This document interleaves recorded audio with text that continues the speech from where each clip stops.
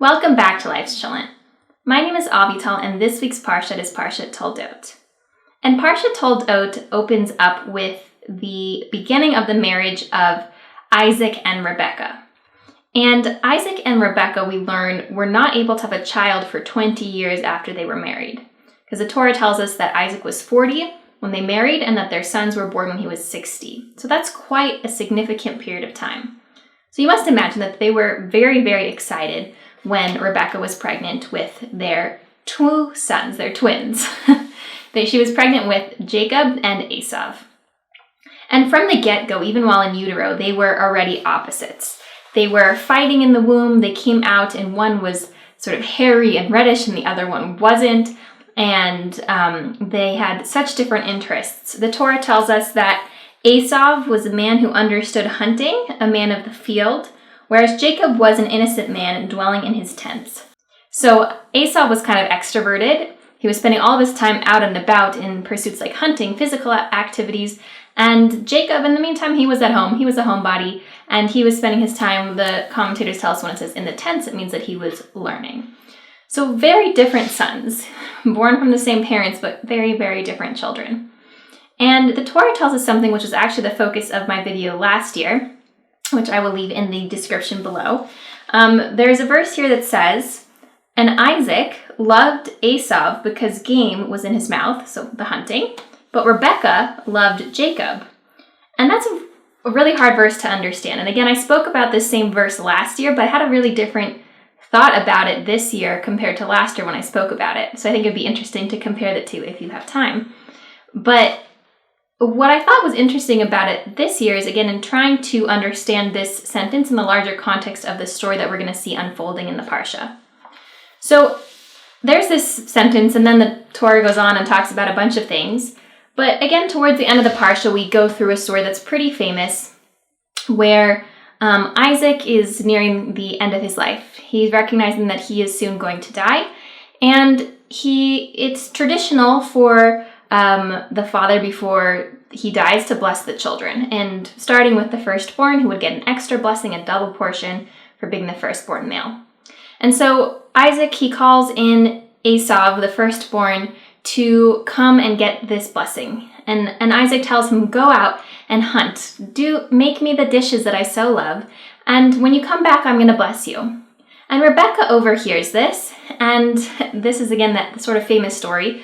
She tells Jacob, "Go out and get an animal, and I'm going to prepare the dishes that your father so likes, and you're going to dress up like Asav and go to your father and get the blessing." And that's exactly what he does. He goes to his father. Jacob goes to his father Isaac, and he dresses up as Asav, and he says, "I'm Asav," and he gets the blessing of his father. He gets the firstborn portion blessing. And then Asav comes in back after hunting, and he says to his father, like, "Here are the dishes I prepared." And his father realizes, oh, it was my son, Jacob, not Asav, who came and got the firstborn blessing, which obviously puts animosity between the brothers and bad blood. And so much so that Jacob ends up having to flee so that Asav doesn't kill him. So a really challenging story to understand, a really hard thing to understand. And again, when you read it, you are like, what is happening? This is our forefather, and it doesn't totally make sense as the reader of like how did they go about doing this? It seems again like a deceitful thing.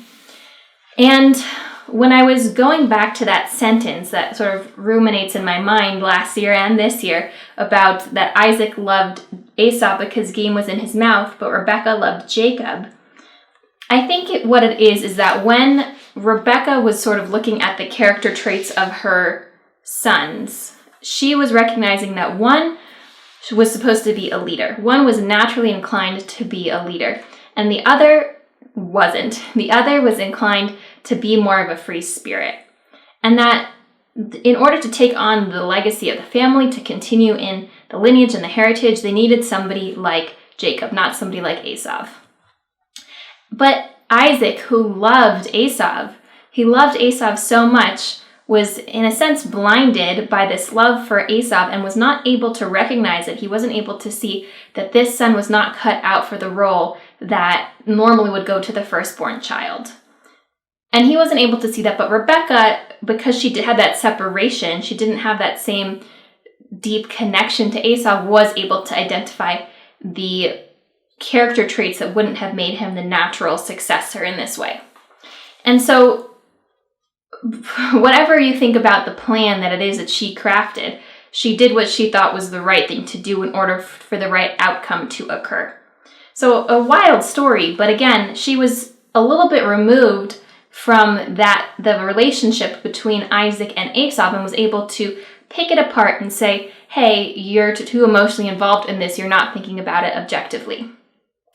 And I think that that is the lesson for all of us, in that we too get very caught up in the emotions of something, be that love, be that anger, and we lose our objectivity. We are not able to step back and look at something without our emotions, just using our mind and our logic. And it's just, that's natural, but it's so important to have somebody on the outside be able to notice that and comment on it and bring it to our attention, so that we can be like, you're right. I am too emotionally involved in this. I am too close to this person, and I'm not able to therefore be objective and recognize the issues here. As we come to the end of the secular calendar year, a lot of people get their year-end reports from their bosses and from their offices, and that can be so helpful, because we are ourselves. We think we're doing great. We think that we're good at our jobs and we're performing well. And maybe sometimes we can identify some areas in which that we could improve.